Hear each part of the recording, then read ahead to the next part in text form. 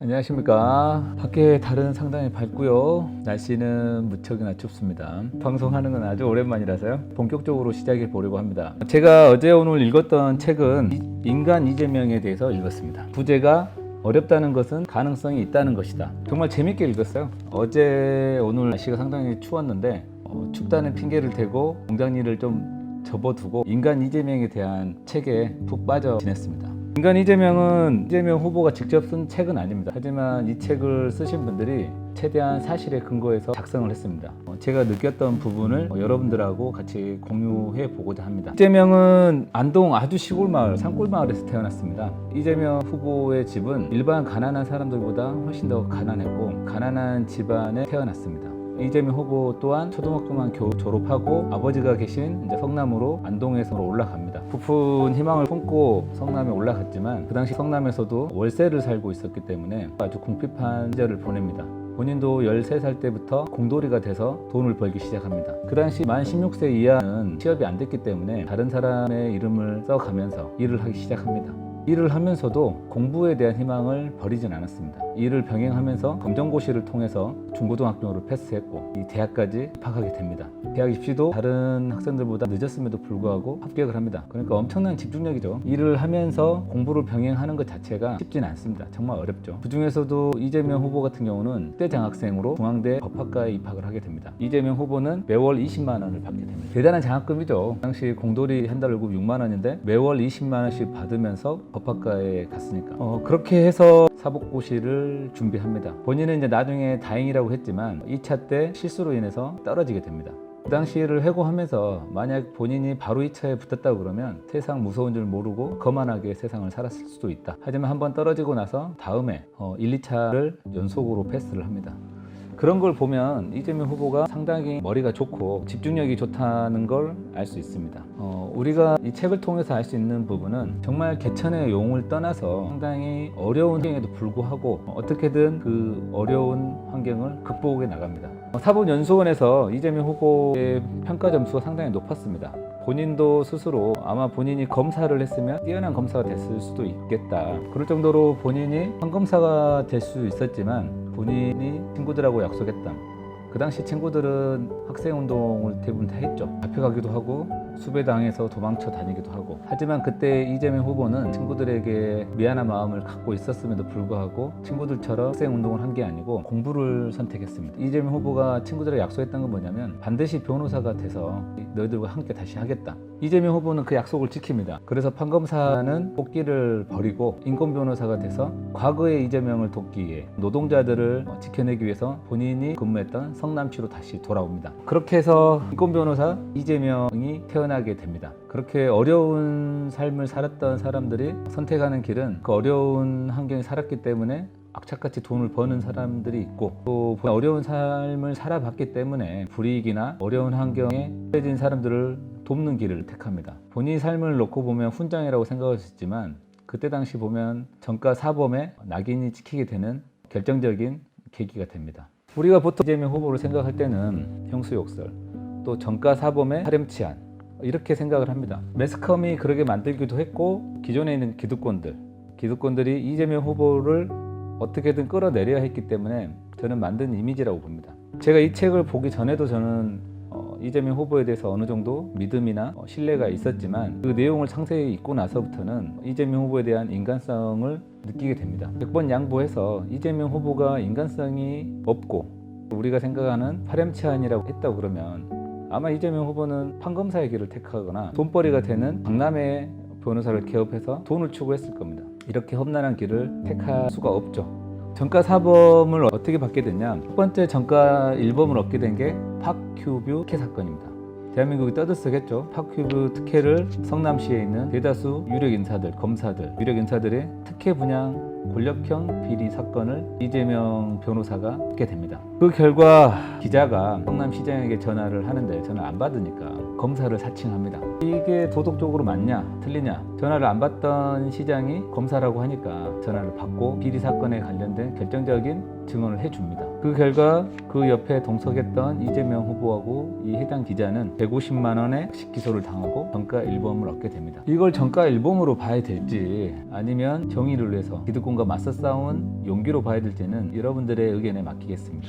전과이범은 성남에서 시민단체를 이끌고 있었습니다. 기존에 있는 유료 병원들이 계속 문을 닫기 시작하니까 시민들이 성남 시립병원을 추진하게 됩니다. 단 3주 만에 주민 발의자가 18,595명, 시립병원 설문지 설립 지지 서명에 무려 20만 명이 넘는 성남 시민이 참여합니다. 그 당시 구도심 지역의 성남 시민이 50만 정도였는데 20만 명이 넘게 지지했다는 건 성남 시민 절대 다수가 시립병원의 필요성을 느끼게 됩니다. 단 47초 만에 성남 시의원들이 무력화시킵니다. 이재명 변호사와 시민단체 활동하셨던 분들이 시의회에서 펑펑 웁니다. 어떻게 20만 명이 넘는 시민들의 요원을 짓밟아 버릴 수 있는지. 이 일을 계기로 해서 이재명 변호사는 특수공무집행 방해 혐의로 벌금 500만 원을 받고 전과이범이 됩니다. 이것도 전과이범으로 볼 수 있을지 여러분 의사에 맡기도록 하겠습니다. 전과 3범은 성남시장 대출 비리를 취재하는 기자가 이재명 변호사에게 도움을 요청합니다. 결국은 수수권을 막고 또 이 결정적인 증언을 했던 담당 공무원을 만나러 가는 길에 처음에 술자리를 가지고 대리운전을 가지고 집에 도착을 합니다. 결정적인 증언을 했던 담당 공무원이 그 전자리에서는 본인이 도저히 발언을 못하겠다라고 거절을 합니다. 하지만 이재명 후보가 집에 돌아왔을 때 이분이 결국은 마음을 바꿔서 다시 부릅니다. 그리고 결정적인 증언을 해줍니다. 이재명 후보가 잘못한 건 뭐냐면 아무리 다급하더라도 다시 대리운전을 해서 갔어야 되는데 마음이 급한 나머지 운전한 상태로 이 담당 공무원을 만나러 갑니다. 결국은 구속행을 합니다. 이재명 후보는 음주운전이라는 전과 3범이 됩니다. 이 부분에 대해서는 변명의 여지는 없다 봅니다. 성남시장하고 그 일가족이 전부 다 구속되는 아주 중차대한 사건이었기 때문에 결정적인 단서를 받아내야 되는 이재명 변호사 입장에서는 상당히 급박했겠다. 이렇게 해서 이재명 후보는 전과 3범이 됩니다. 근데 전과 4범은 어떻게 되냐면 지하철에 연결된 횡단보도에서 명함을 배포했다는 이유로 앞서가 3범이 된 과정을 보셨다시피 토착 기득권, 이 건설 기득권, 그 사람들 전부 다 적으로 두고 있었기 때문에 이재명 후보의 일거수일투족이 전부 다 감시당하고 어떻게든 트집을 잡아서 문제를 삼습니다. 이 부분에 대해서는 사실 지금도 말이 많습니다. 저는 요즘 영광 SRF에 대한 현안에 대해서 같이 참여하다 보니까 저도 사측에서 이제 공격을 여러 번 받죠. 민사소송을 제기하고 제 생각으로는 상식적이라면 제가 이기겠지만 상식적이지 않고 제가 또 그 과정에서 또 무리수를 둔다 그러면 저도 이재명 후보처럼 전과자가 될 수도 있습니다. 하지만 그렇게 해서 생긴 전과라고 그러면 저는 저의 아이들이나 제 주변 사람들에게도 자랑스러워할 것 같습니다. 그럼에도 불구하고 지적할 수 있습니다. 하지만 지적하더라도 그 과정을 충분히 들여다보고 비난이나 비판을 해도 늦지 않다. 하지만 언론에서 전과 사범이라는 낙인을 찍었다고 무의식적으로 무비판적으로 그걸 받아들인다 그러면 제가 볼 때는 성숙한 민주시민의 자세는 아니다라고 생각이 듭니다.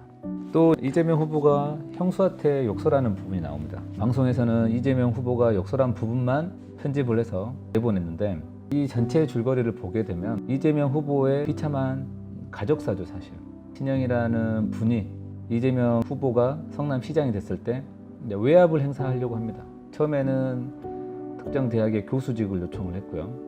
이재명 후보가 안 된다고 거절하자 성남시의 다양한 인사에 개입을 하고 이권에 개입을 합니다. 이재명 후보가 철저히 막습니다. 그러자 친형인 분이 이재명 후보의 친어머니에게 폭언을 하고 구타를 하고 어머니뿐만 아니라 친여동생까지 구타를 합니다. 특히 형수가 어머니를 대상으로 욕을 하는 걸 듣고 완전히 돕니다. 그래서 이재명 후보가 말합니다. 어떻게 그런 욕을 할 수 있냐. 편집된 내용은 사실 그 부분입니다. 그럼에도 불구하고 이재명 후보는 그것도 사과를 했습니다. 공인으로서 적절치 않은 언행이었다. 근데 저라면 사과 안 할 것 같습니다.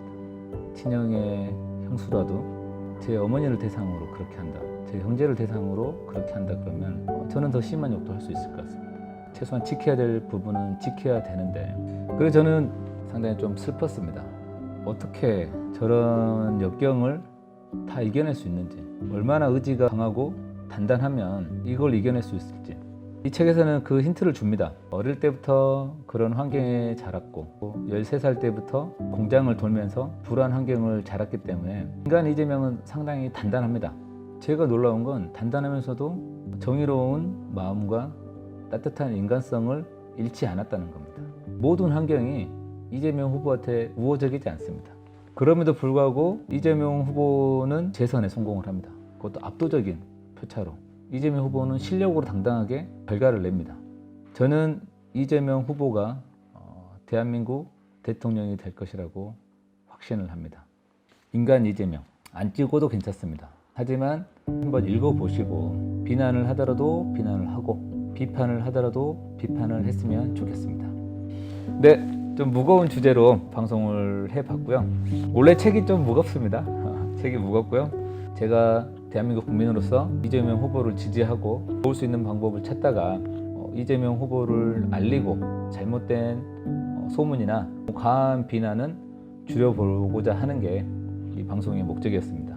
네, 그러면 오랜만에 방송을 했는데 임세훈의 푹토크 인간 이재명 편을 마치도록 하겠습니다. 또 다음에 뵙겠습니다. 감사합니다.